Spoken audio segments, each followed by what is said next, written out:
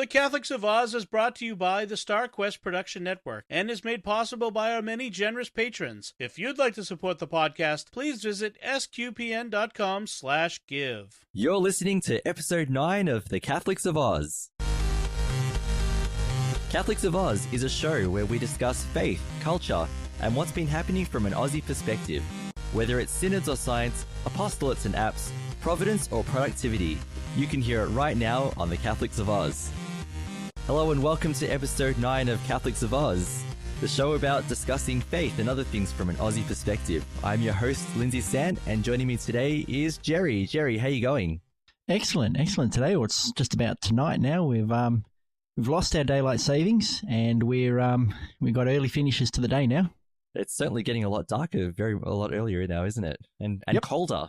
Noticeably.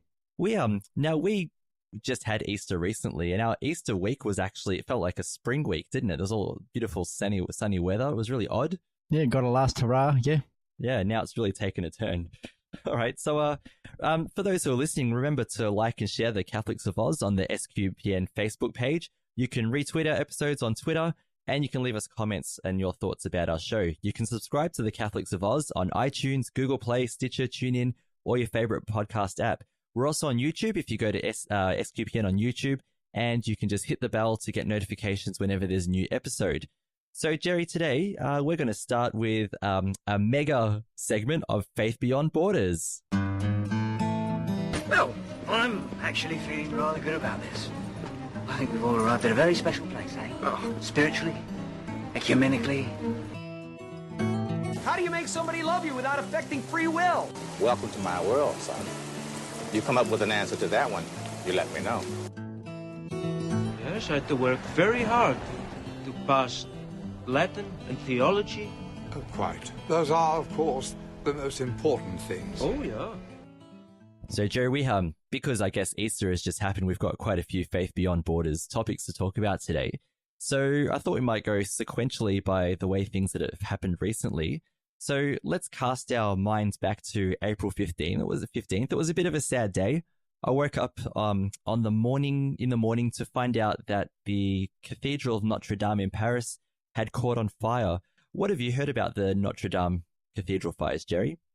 Well, it was similar to that. It's one of those, I don't know if it's going to become one of those moments, a bit like the Princess Diana moment, where you sort of remember what you're doing. And it sort of sticks in your mind. A part of it, you hear it or you see the news and it doesn't look real. This is not supposed to be news. It's not supposed to be happening, sort of thing. I sort of got that from the first sort of hearing about it. Notre Dame Cathedral roof on fire. No, I don't believe that. That's not news. This is a gag. 2 weeks late on April Fools or something like that. But the way the news spreads so quickly these days, it was quickly, pretty quickly, clear to me that it wasn't being made up, that it was really happening. Yeah, and I've got a personal connection with Notre Dame Cathedral as well, because it just so happened that in 2016, I took my family overseas. I took some long service leave from work because I was going a bit mental after 11 years and no leave, or 12 years, whatever it was. And we went to... We'd booked to go to Malta for 3 weeks with to see my family, like my extended family, who were all over there. And my wife and I had been talking about going to Israel. So I wanted to actually take my family to Israel in the week after we went to Malta. But as we were talking about it, there had been, a terrorist attack. And I said to Isabel, look, let's, our son Damien was 7 years old at the time. And I said, why don't we go somewhere else? And I said, look, Paris isn't far away from Malta. It's only a 3-hour flight, and you've wanted to go there before. So we decided very quickly, why don't we go to Paris? And while we were there, on one day we deliberately decided we would go and visit Notre Dame Cathedral. So and it was during the Year of Mercy as well. So there were a lot of connections there. So we decided we'd go on a Sunday. We'd catch mass in French. The mass we went to, they said it would be partly in English, but the only part that was in English was the readings, and that was it. We thought maybe a homily or something, but no. But the mass itself was beautiful. And we got to look around the cathedral. We spent quite a few hours there. The most wonderful part was actually being able to climb to the top of the cathedral. You can actually go up a windy staircase that takes you up to the top. for a few euros, and you can see all the sights, and you can go into the bell towers. You can see the spire up close, which was quite amazing. And I thought it was beautiful, and just to be able to walk through the Mercy door of Notre Dame Cathedral that year was something. Was that the Year of Mercy going correct, on that time? Yeah. Yes, I remember you talking about that. Is that the spire as well where you said you were worried about how Damien was going to take it, being only 7, and it turned out he was running up the stairs and running back to you guys because you were taking too long? Damien had no issues with stairs at all. I actually thought the stairs was good because I knew, like, Europe, there's going to be stairs everywhere we went. And, we went to Rome as part of that trip, and we climbed the Vatican stairs to the top. We went to the top of the Arc de Triomphe, all these places that had stairs. And Damien just raced ahead, and it was the parents. It was me and Isabel. We were going, "Stop, Damien, please slow down, have mercy in this Year of Mercy." Yeah. And we saw all kinds of beautiful things there. The other thing that was really inspiring was the beautiful rose window. There's this beautiful round giant window, which is quite well known to people who go there. And when the light comes through, it's this stunningly amazing and inspiring window, which fortunately was saved. It didn't burn in the fire. But from what I understand, it was the roof of the cathedral that caught fire. Now there are investigations going on, but the lead cause at the moment is an electrical fault. So it was the wooden roof is what caught on fire and burned very, very, very quickly. And then the spire, which is made of wood. So the story of the spire is that it was built in the 13th century, but then it was replaced in the 19th century because it had become old and had rotted quite a lot, because it was just this bare wood spire. So they put a new spire in the 19th century, which was also made of wood. And then they had like a lead covering over it as well to kind of protect it from weathering and things like that.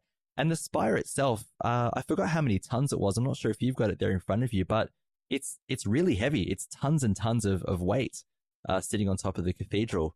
But unfortunately, that came crashing down as well. So, Jared, I wanted to talk about a couple of things that provide a bit of hope in this situation. Did you see images of people praying in the streets as the cathedral was burning? Yeah, now that was one of the first things that was sort of summarily reported on. Obviously, the fire itself was the main. Well, I'm not going to call it the main event, but the thing that was getting the most attention. But then there were also, the people who were watching weren't just there with cameras out and that's it. There were groups of people praying and singing, I believe. Yeah, and it's amazing because a lot of them were singing hymns to Mary, which was beautiful too. So that there were different news reports of people there with cameras filming, and they were singing obviously Notre Dame, Our Lady. Yeah, Our Lady. Yeah. So hymns to Our Lady, singing the Ave Maria. There were, isn't it interesting how this, because it's devastating to hear about the fires and to see the footage of this beautiful cathedral on fire, and it was Catholics there who were praying. They were obviously seeing the disaster themselves firsthand. And what did they choose to do? They turned to prayer. They actually did something beautiful on the streets of Paris that night. And I had have to admit, had a bit of a tear in my eye seeing these people. It was so inspiring to see that they turned it into an opportunity for prayer. They, clearly when we see disasters, and we'll talk about this later on, when we talk about some of the Australian bishops' Easter messages, but there's this focus on hope. In the midst of tragedy and disaster, the Christian message is always to turn back to hope. Were there any other reflections on the Notre Dame Cathedral that you wanted to talk about before we move on to the heroic priest? Yeah, well, I suppose I haven't been there, but I mean, it's good that it is, as it turned out, it was only the roof and the spire that really copped all the damage. It's been mentioned that the interior was scarcely touched. The organ itself, which is supposed to be one of the most famous ones in the world. It was, I don't know if it's a curator of it or someone who's heavily involved in it, but they said they looked over it for 2 hours and they couldn't tell that the fire had done anything to it, which is... That's amazing. Yeah. Yeah, it's, I suppose it's going to go down in history. The building's taken a bit of, bit of damage and stuff over time. Obviously, the French Revolution, Notre Dame copped a bit there. Obviously, certainly not as much as a fire on the rooftop, but... it's come through this, and the French president and obviously That's how he was going to go about it, as committed to restoration. I believe in 5 years.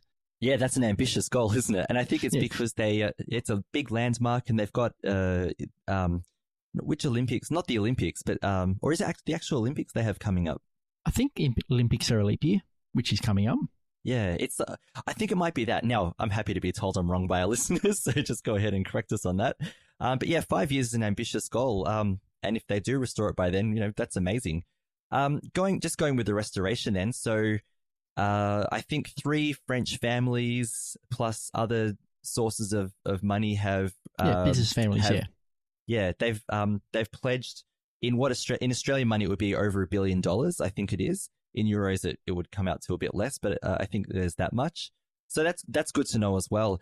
I think there's been a lot of discussion on Facebook, and I actually contributed to this. I saw a lot of my friends having different opinions, saying, "Oh, look, we can raise $1 billion for a cathedral, but we can't raise $1 billion for the poor," and all these other things. And I think those are valid concerns.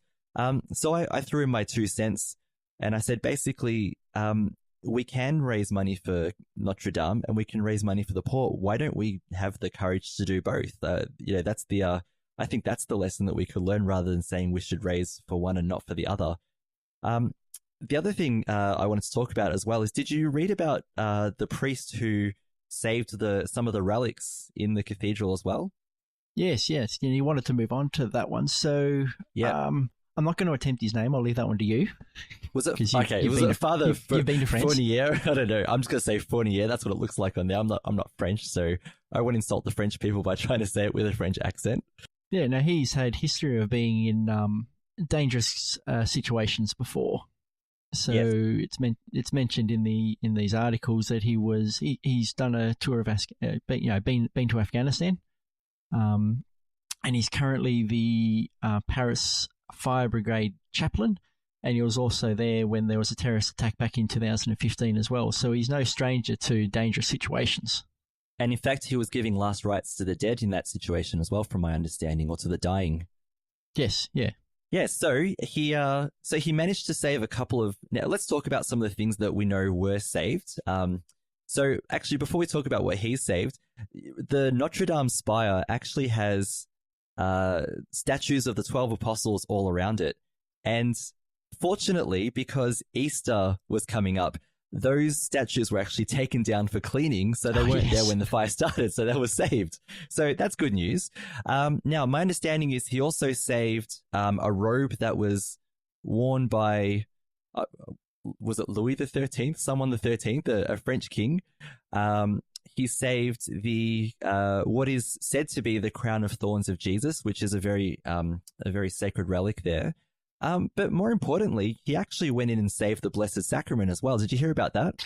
Yeah. And actually, the news articles have specifically mentioned that, which is a little surprising, because you'd figure the news articles would go for the relics only, but it does, quite clearly point out that he did go in for the Blessed Sacrament. Yeah, so it's good to know that. So my understanding is, I think from memory, and again, I'm happy to be corrected on this story, but my understanding is that they actually formed a human chain, and he was on what they call the hot side of that chain, which means he was, closer to the fire, and he was, passing those things down so that they'd be saved. And I think a few other things have been saved as well. Unfortunately, because the fire didn't cause... it caused extensive damage on the roof, but the interior is mostly intact, like you were saying before as well. I was actually hoping that the rose window would be safe, because that for me was one of the most stunning things that I saw, and fortunately, it was saved. Nothing happened to it. So looks like there's a future for Notre Dame, and I look forward to seeing it restored and back in action again. Yes, agree. Now, in 5 years. Yes, in 5 years' time. Now, we've in the show notes, we'll leave a link to what I think is a really helpful website. So, the Australian Broadcasting Corporation, I was trying to work out what the C stood for, which is the ABC in Australia. It's our public broadcaster. They produced what I think is a really helpful and beautiful display. And it's like a 3D tour of Notre Dame, showing what it looked like beforehand, some images of the fire, showing where the fire damaged, so what it was like before and after, And then it goes to the interior and shows some of the important features of the cathedral as well. And it's great because it's little boxes of text, and then it kind of has this, in the background, this great 3D sort of zooming in and out virtual reality kind of presentation as well. Did you get a chance to look at that, Gerry? Yeah, I've got that on screen right now. It's actually better. I reckon it's better on a PC screen rather than a phone screen, because when I first looked at it, it's it's a little hard to make out what it's trying to sort of show you. But on the big screen, it's it sort of highlights the areas where it's talking about, so it shows you where the rose windows are. The two towers at the front? The bell towers. Yep. Yeah, they were obviously in danger at one stage as well, and just sort of pointing out where everything is, and as it goes through what had actually happened on that night. Well, yeah, that night. Yeah. Now, something I didn't know, all right, and I didn't know this when I was there either, by the way, is that one of the things that at least one person is celebrating, the beekeeper of Notre Dame Cathedral, was relieved to know that his 180,000 bees had survived. Did you know anything about bees on Notre Dame? No, that was a new one on me until it came out after the fact. So let me tell you a couple of fun facts about this great story. So the beekeeper has an Instagram page called Beeopic, Beeopic. And essentially he shared photos. Nicholas, I have no idea how to pronounce that. Nicholas Jean, so let's go with that. All right, just add a je to everything. It should be all right. So Nicholas Jean shared images of the hives and with the hashtag miracle, because there was no damage. There was no fire damage at all. And we'll provide this link in our show notes as well. It's another ABC one. You can see a photo of where the hives are. So here's what I learned, Gerry. The bees themselves, it says that they wouldn't have died of smoke inhalation if the smoke had actually got too close to the fire, because bees don't have lungs.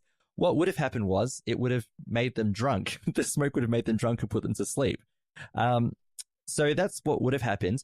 Now, when they sense fire or danger, they gorge themselves on the honey of the hive. So they eat as much as they can. And what this does is it makes a kind of a protective barrier for the queen. So because their life is dedicated to helping the queen. Now, if the fire had got too close, the heat of the fire would have melted the wax, and you would have just had these bees that were glued together, which would have been a very gloomy end. But fortunately, that didn't happen. We just had a bunch of drunken bees, possibly. But there were 180,000 of them, and they survived, which is great to know as well. Now, did you know about why there are bees on the roof of Notre Dame at all? Yeah, no, I did look up once I heard the news of this. Now, I think it's part of a greater restoration of bees, because they're not quite in the dying out stage, but they're becoming a bit more endangered. Yeah, there's a mysterious something going on where they know that bee populations have been dropping, and they're not sure why that is just yet. But this was an initiative to maintain the number of bees.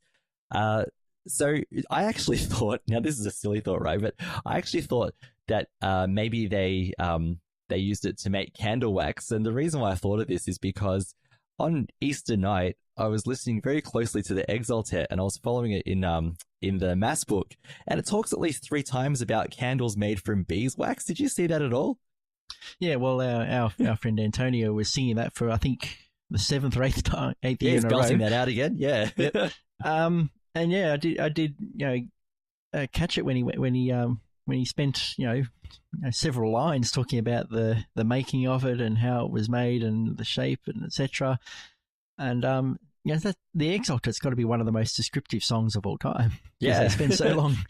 Whereas most of the time you say candle made out of beeswax and move on, but it goes on and on and on. It's intricately describing what's happening there. Yeah, now I thought there might be an obvious link because of that, but it turns out there isn't. But what happens is they make honey, and this honey is actually given to the employees of the cathedral as well. So, I mean, that's a fun fact. If I ever, I don't know if I ever will, but if I ever end up in Paris again going to the newly restored Notre Dame, I want to look up these bees and have a look at this whole operation. Grab a jar of honey while you're at it. Grab a jar of honey, it's Notre Dame honey, why not? Our Lady's honey. In fact, he called them Our Lady's bees, didn't he, as well? Yes. Yeah, which is quite nice. Yeah. All right. So let's move on, because we talked about the idea of hope in difficult times, and this seemed to be the message of the Australian Catholic bishops. And we wanted to do a bit of a wrap up of what the Australian bishops talked about during the Easter celebrations and our thoughts for the Easter season that we're going through. So what did you see as one of the focuses of the Australian Catholic bishops this Easter, Gerry? All right. So I was trying to figure out which one I was going to pick. I did go to our local one, Sure. Archbishop Peter Comensoli, who is it's his first year in the job, really. And it really talks about, because a lot of the focus on the Catholic Church has been about the fallibility of the human side of things. And and the Archbishop Peter Comensoli really, like, I suppose a lot of the priests and bishops and have sort of been saying, is to bring it back to Jesus. The Lord, Christ is alive, and he wants us to be alive. And he goes on to say that the risen Lord would never abandon his people, and he offers his followers strength to set out a new path with him. And it's really, I feel like I've kept coming back to that ever since this whole story sort of broke. In the last couple of years, or broke down here. It's been going on for probably a couple, almost 20 years, I think, perhaps longer. But it's really sort of hit a crescendo with the trials and things like that. Yeah, that it's the focus to me has always, in the media side of things, has always been on the priests and the failures of the priesthood, and it's not going to say this, but it's never really focused on the fact that Jesus is there and remains there and will remain there for us, his people. Yeah, and he, I think he was specifically talking about the wounds of Jesus, wasn't he? And he was talking about them as they're being the wounds of the church. And he said Jesus didn't hide his wounds after he resurrected. The wounds were still there for everyone to see, and he carried them into his resurrected life. But they were transfigured into something else. They were no longer the wounds of his death and torture and misery and so on, but they became the wounds of hope. They were transfigured into something else. They became this new path for the church, is what he was talking about there. And so, yes, the bishops are across a lot of these messages, because we've got a list of a whole stack of them in front of us here. One of the things was that they were acutely aware of the sexual abuse crisis in the church. And we won't hide from talking about that, I guess, because that's one of the things they were going on about as well. But I think Archbishop Peter was trying to talk about this new path now. Let's take a new path, knowing that this has happened. These are not wounds that we are proud of, but let's transfigure them into renewing the Catholic community here in Melbourne into something that can take a new path and not trot over the old scandals and let those scandals be the identity of who we are. Let's create a new identity. And I wanted to jump into, use that as a segue, I guess, to talk about Archbishop Anthony Fisher, because he was saying, basically, Catholics, let's put our money where our mouth is. If we really are going to show people who the church is, well, then let's, in our parishes and our schools and universities, our hospitals, aged care homes, hospices, campaigns for Indigenous people, for refugees, our care for victims of modern slavery. I'm just reading the list that he's got here. Let's support organizations in the church who support the needy and the homeless and so on.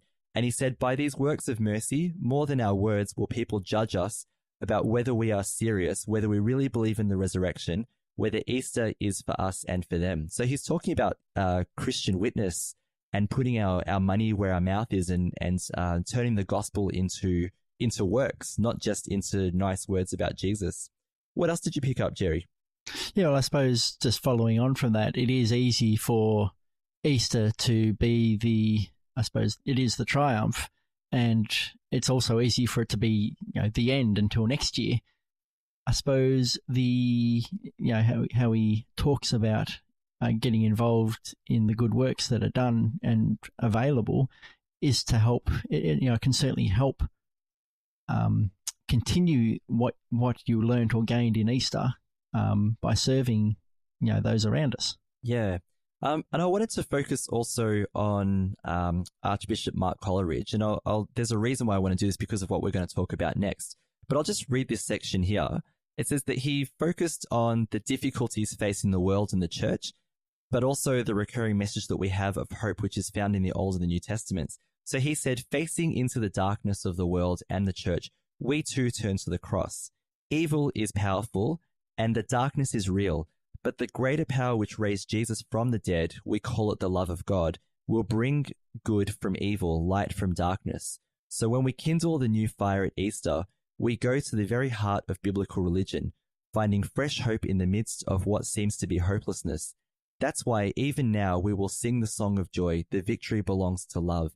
And I wanted to bring that up because the Australian bishops wrote their Easter messages, they did their Easter homilies, and then on Easter Sunday, for us, it was the evening, we hear about the Sri Lanka bombings, where 4 Catholic churches in Sri Lanka were bombed by suicide bombers, presumably, and over 250 people were killed and over 400 people were injured. These were Catholics at church celebrating Easter, doing what we did, experiencing the joy of Easter.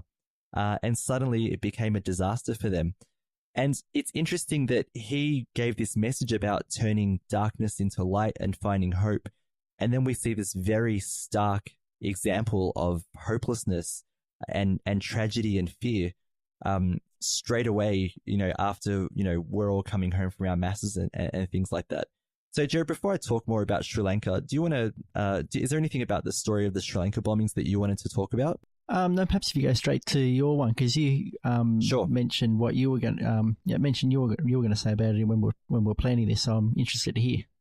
Okay, so I wanted to focus on this. Where do we find hope? Because this one is harder, I reckon. We can talk about Notre Dame Cathedral and reflect on how there's hope, people singing in the streets and so on. But the Sri Lanka bombings, the hurt is very real for a lot of people. So, for example, I saw Sri Lankan friends of mine. Some of them are, parents that have students at my school. I had students at my school that I know well enough. I've gotten close to their families, over long years and things like that. But, they're hurting. Their homelands, some of them even know people, but their homeland, the place that they call home, some of them had been there over Christmas holidays and whatever else. And to hear about this is quite devastating for them. That's their Notre Dame, really. That's the stark reality of it. We talk about the hurt that Catholics around the world and people who love that beautiful cathedral, what they experience, but this is a lot more real for these people. We have Sri Lankan students and even Sri Lankan staff members at my school, and what we decided to do. We got back to school on Tuesday. So we had Easter Monday as a public holiday. We got back to school on Tuesday.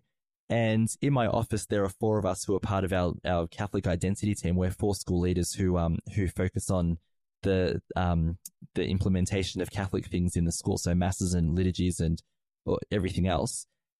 And one of them brought up the idea and said, why don't we do a prayer service for our students tomorrow?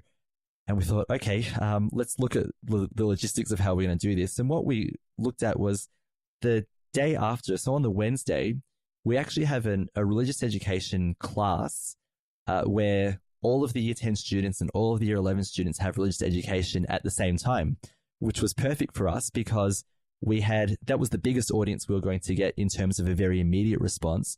So we gathered close to 1,000 students, or just over 1,000 students in our school hall.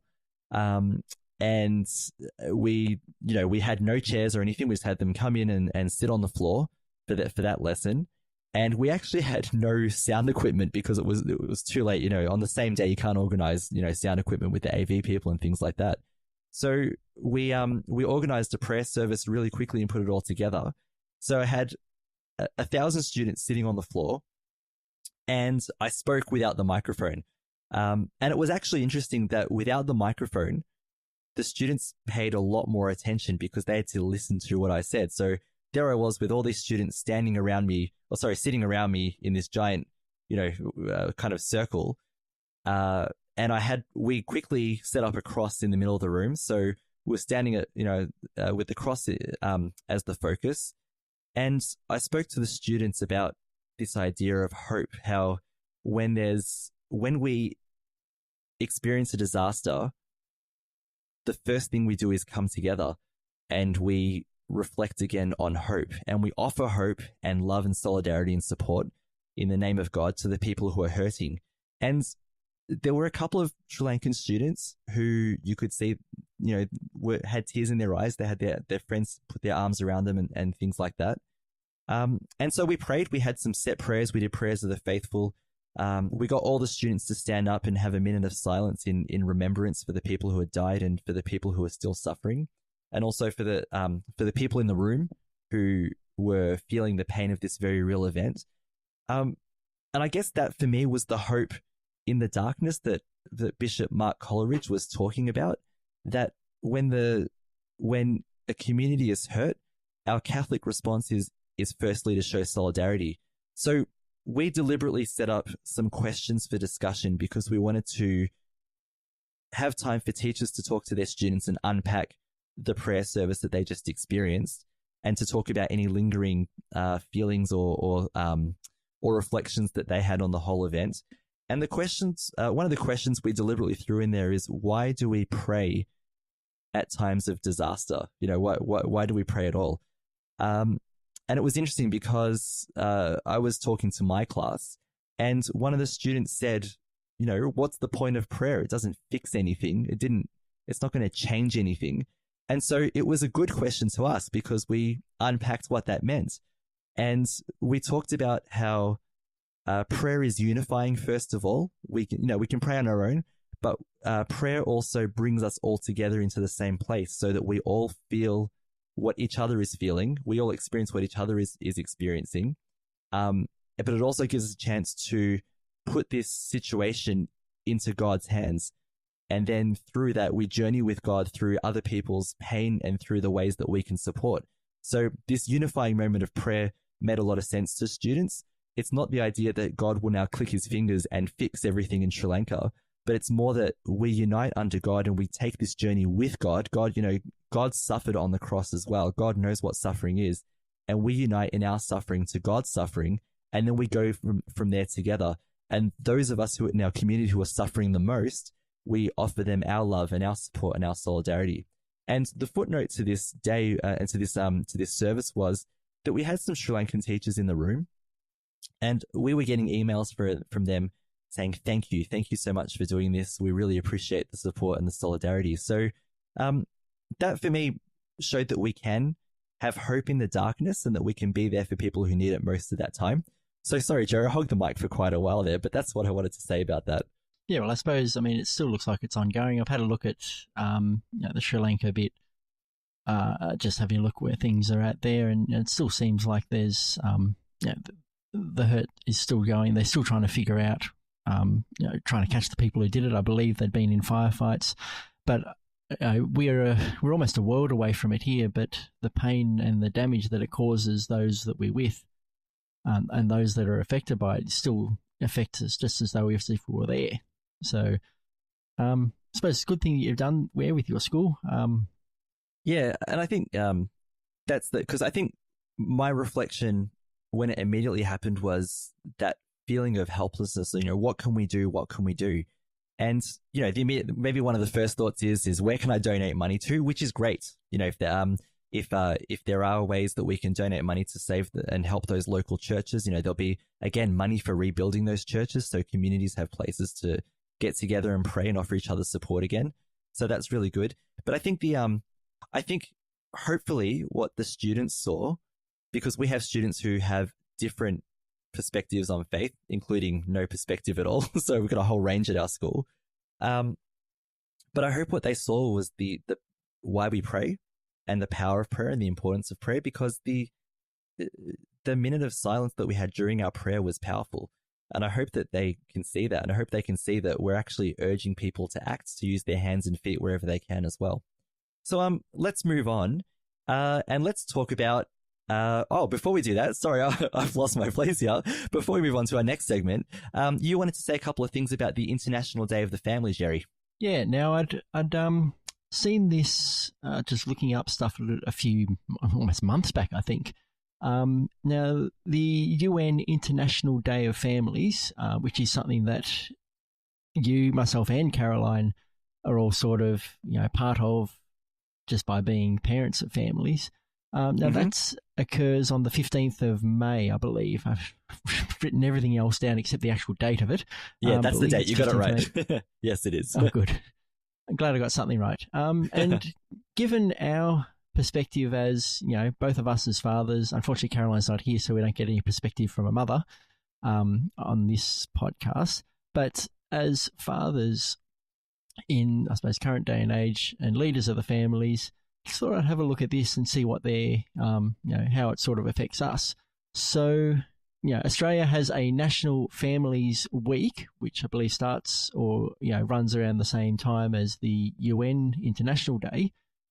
And now, I suppose, the International Day of Families, the topic of the year 2019 is families and climate action, and the focus is on what's called SDG 13, which is where have I done with it? Social. I'm going to have to look that up and come back to it. Sustainable development. And I've forgotten the G. I'll have to come back to that one. Could be goals. I had it open and I'll probably shut it down because I'm trying to, like I told you before before we started this podcast, I had about 30 tabs open. I reckon that's one of the ones that have been. Unfortunately, I've chopped it off, which means I don't know, and I thought I'd remember what it was called. That's all right. Anyway, we'll have to make sure that's in the show notes. The reason I thought we'd look at this one is because some of the notes on here really, I suppose, affect us. The one that I picked out, perhaps we could have a look at, is what's called the work-life balance. So before I delve into that a bit, if I said work-life balance and threw it over to you, how do you sort of see yourself? You've had, 13, 14 years being in the workforce now, 10 of them as a parent, and 11 of them married, I believe. And how, I suppose, when you look at your work-life balance and perhaps where you've come from, how would you, if you've got anything to sort of cover off on that? Look, I'll keep it short, but the first thing I think of when you say that is the word challenge, and it is a challenge to maintain a work-life balance.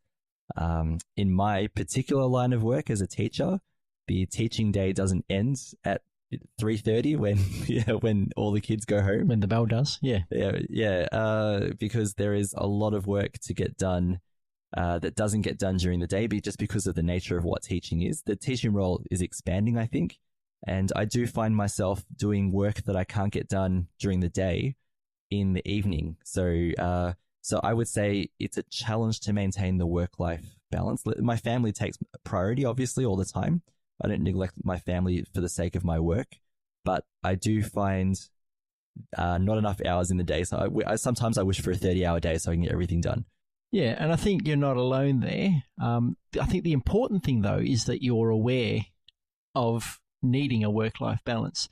Now, a survey in Australia, I believe it was done by Michael Pocock and others. It was actually done way back in 2010, but it does talk about that Australians feel continually time pressured. It mentioned that 60% of women, 48% of men feel this way. And it also did mention that a quarter of the people who responded actually work over 48 hours, which the UN classify as a long working week. And other things they go into is the change in work-life balance with women in the workforce. And it also talks about antisocial working hours and how that affects. So people who might work what's called the graveyard shift, the overnights, or the weekend public holidays, and how that can affect your commitments to home.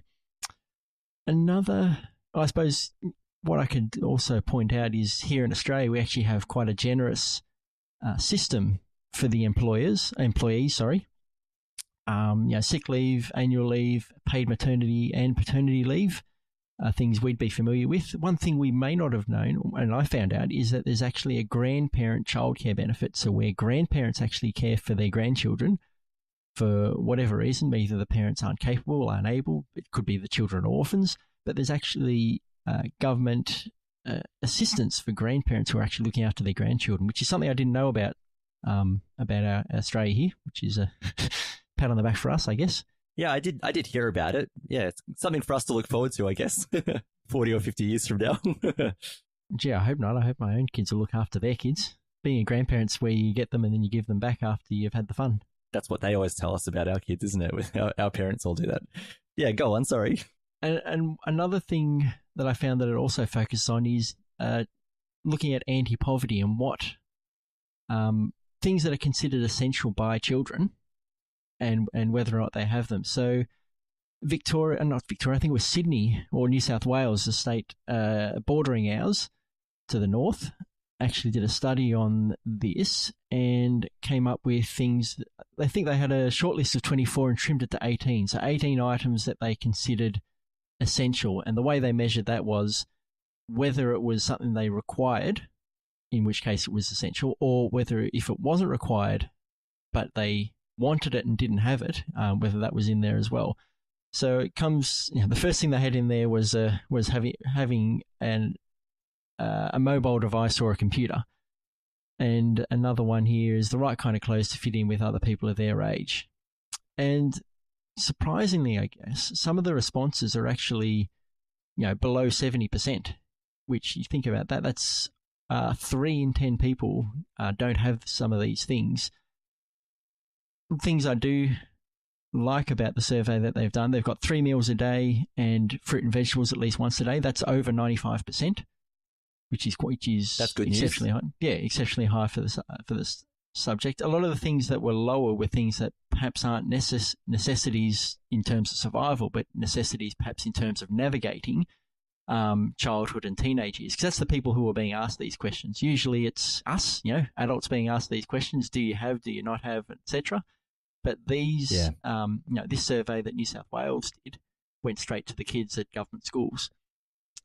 And I thought, when looking at these things, I suppose it gives us an opportunity to perhaps look at some of the things that we can do, firstly from, I think it's a micro level, just within our own families, are things that we're giving. So, and things that we're supplying to our kids. So do we give our kids access to 3 meals a day? I'm glad, I'm pretty sure that you'll be in the same boat. I'm glad that I can fall into the 95% and that we can do that. Yeah, happy to say that works. Yep.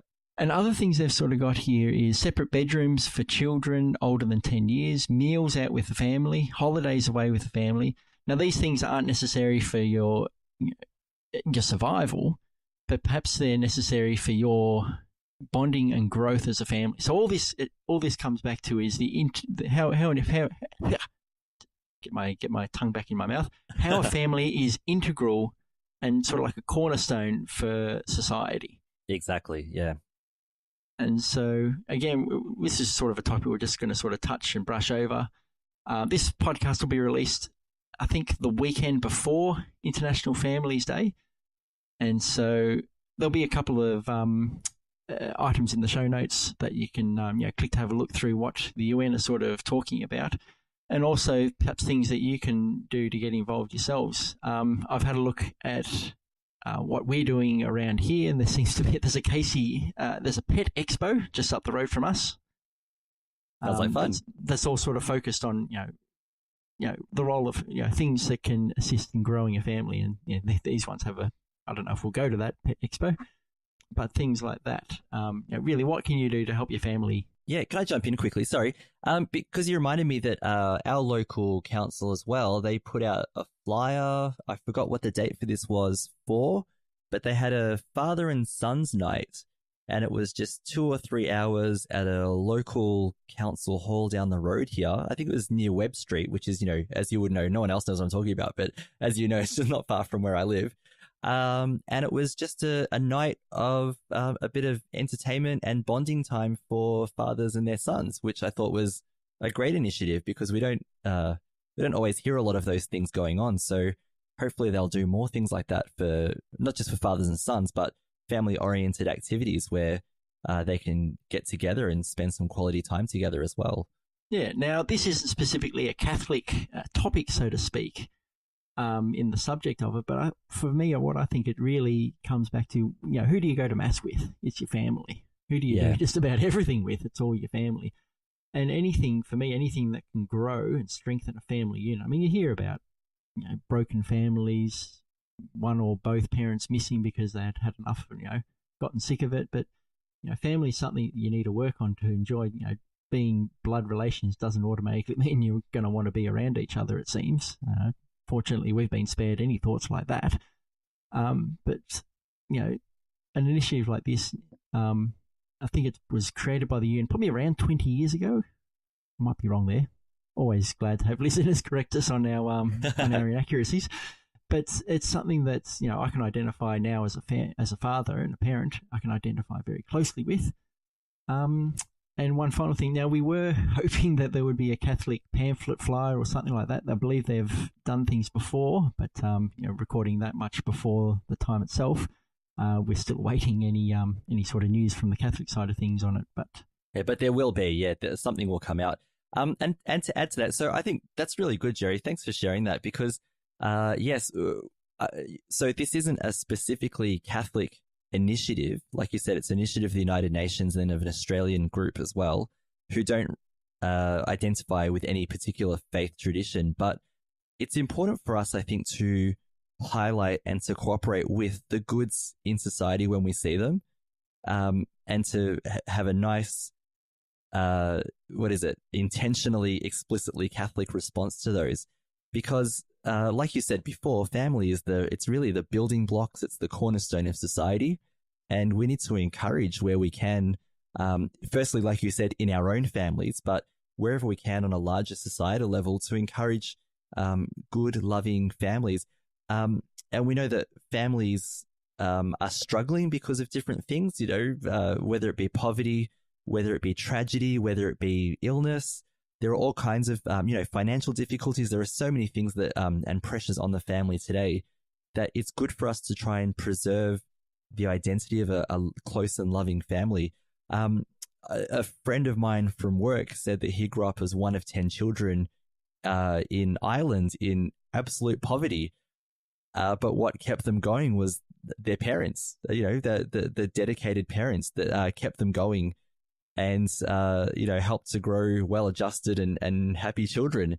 And what they had was far, far worse than a lot of the things that we see going on today. So it is important for us, I think, to promote good, happy, healthy families.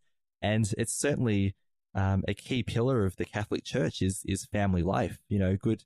A marriage that's made on good foundations so that the kids will be loved into the world and loved into goodness as they grow up and pass that on as well. So, thanks for that. And when there are resources that come out, we'll make sure to share them on the podcast as well. Yeah, I suppose maybe to end this segment on here is, do you like making people jealous? Make them jealous of how you treat your family. Yeah. Inspire them. And by saying that, inspire is probably a better word, but I like the word jealous because it's because of the connotations it can otherwise have. But make them want to be like your family. Make them want to be, the father or mother that you are. Yeah. As long as you're doing a good job, obviously, make them. You know where I'm going with that. Yeah, have an infectious joy in your family, and if you notice a family doing something good, don't be afraid to take it into your own family as well. Because I've certainly done this. I've seen fathers do good things and mothers, and I've certainly tried to apply that to my children. If it's beneficial, you're not copying, it's the right thing to do. If you know that it's going to increase your family life, then go ahead and do it. All right. So, let's wrap it up. Well, let's not wrap it up. Look, we've got one more segment we want to go through. Good hosting there, Lindsay. So we just wanted to talk very, very quickly about entertainment. I don't know where you get your delusions, laser brain.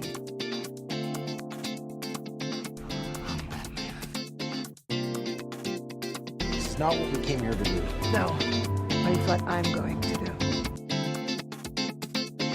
I have a plan.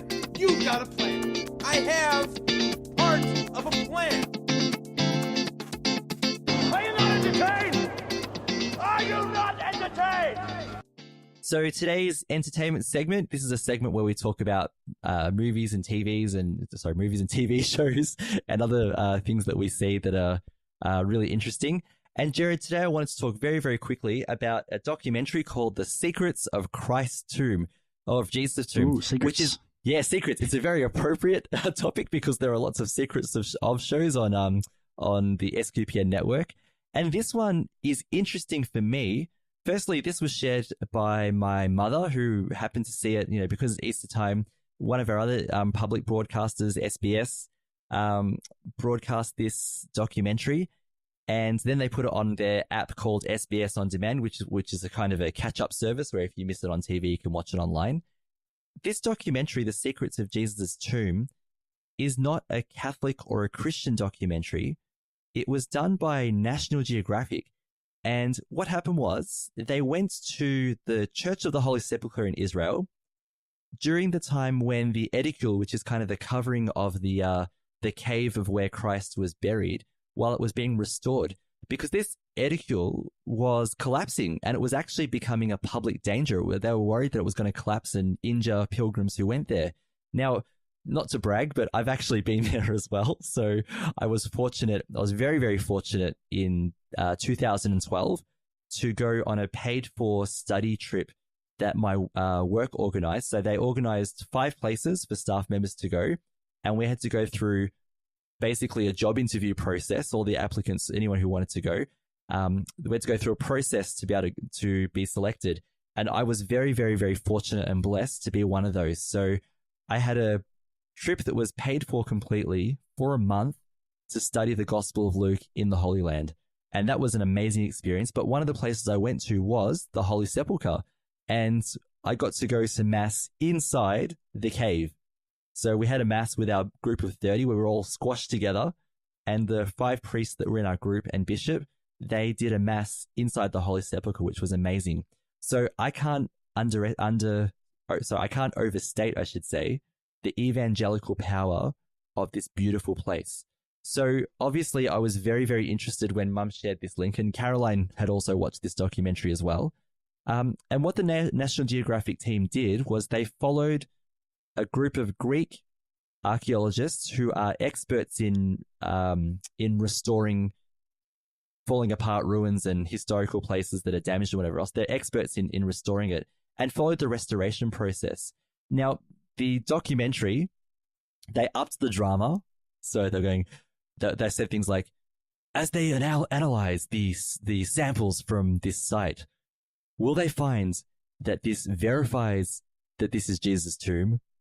Or will it shatter the beliefs of 2 billion Christians all around the world? So, drama, whatever else. So you have to obviously watch the whole 45 minutes to find the answer. But I'll do a bit of a spoiler alert and tell you what happened. They had to lift off what's called the slab that's covering what they call the holy bed, which is basically the rock where Jesus was laid. They had to take it off because they had to do some sort of waterproofing work in there as well, because water damage was the biggest problem. And here's what they found. First of all, they did some ultrasonic scans of the edicule, the mortar and the bricks that were covering the cave, and they found the actual cave. So the actual cave walls are there. So from 2,000 years ago, which is amazing in itself. And then when they lifted the slab off the bed, they found another slab that had been kind of glued to the bed of Jesus. And this slab dates back to the 300s, which verifies that this was the time when Emperor Constantine built a shrine to the tomb of the resurrection of Jesus. And why that's really important is because before that time, Christians had been visiting the site that they believed was where Jesus had resurrected, where he was buried.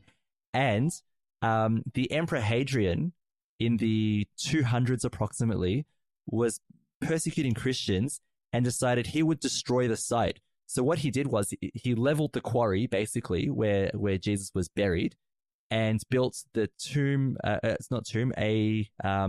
temple to. I'm forgetting which Greek god it was now. So name random Greek god, and you can just put that there. But built a temple to them over the cave.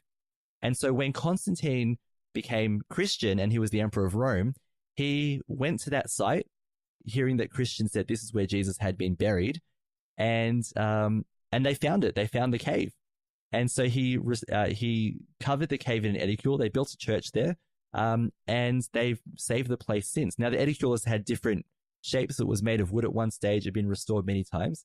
But the analysis of samples of rock from there, from the holy bed, from the cover, showed that it was covered in the time of Constantine. So it proves that. And the rock of the bed and the rock of the walls is from 2,000 years ago, from the time of Jesus. So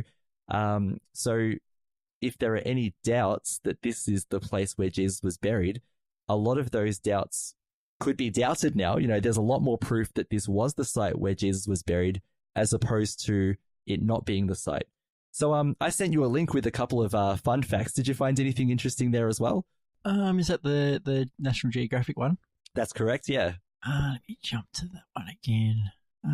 I didn't get rid of this tab, so that one's still That's there. a tab that you kept, yeah. Yeah, no, now, when did you say you went there? Was it 2012? I went in 2012, yeah. So before the so restoration well before happened. this was open, yeah. So I suppose when you were standing where you were, I would have had no thoughts of that sort of thing happening, would you? No, I hadn't even thought about a restoration or the whole edicule collapsing on my head. Yeah, that's right. What might be under your feet and everything else, yeah. Yeah. All right. No, I don't think I got the facts one, though. That's all right. Yeah, so, but it's Maybe run some of the one past me that you picked up. Yeah, there's only one thing I wanted to add, and this is it's a good reason to go now, is that I talked about how they discovered the wall of the cave, the tomb where Jesus was buried. What they've done now is they've actually, when you go into the room with the holy bed, they've actually left a section of the wall of the edicule out, so that you can see behind a piece of glass or whatever it's going to be, the original wall of the cave, which they didn't even know was there, which is quite amazing. So pilgrims who go now get an even better deal than what I got when I went there. So I think that's pretty amazing. You better find out when your school's going to do another gospel. I might have to put my hand up again. I don't think I will. I won't get it this time, but I'll have to pay for my own trip next time.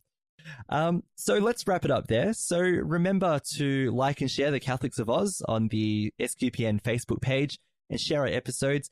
Do you have any feedback, our listeners? Have you been to the Holy Land yourself? Have you got tips for awesome families? What was your reaction to the Notre Dame Cathedral fire? And could you find hope in that yourself? We'd love to hear all of those kinds of things. Please share our podcast with people that you know so that you can grow our community. And don't forget that we have our own Facebook page for the Catholics of Oz. So if you go to facebook.com/Catholics of Oz, OZ, you can make comments on our latest episodes and see updates from us there. You can also email us at catholicsofOz, again with OZ, at sqpn.com. And any relevant links from anything we talked about will be in our show notes or at sqpn.com/Oz. That's a lot of things to get through there. So, Jared, thank you very much today for being co-host with me on the Catholics of Oz. Excellent. Glad to have joined you. And next one will be episode 10. So we're going to hit double figures. How exciting. And once again, I'm Lindsay Sand, and thank you for listening to the Catholics of Oz.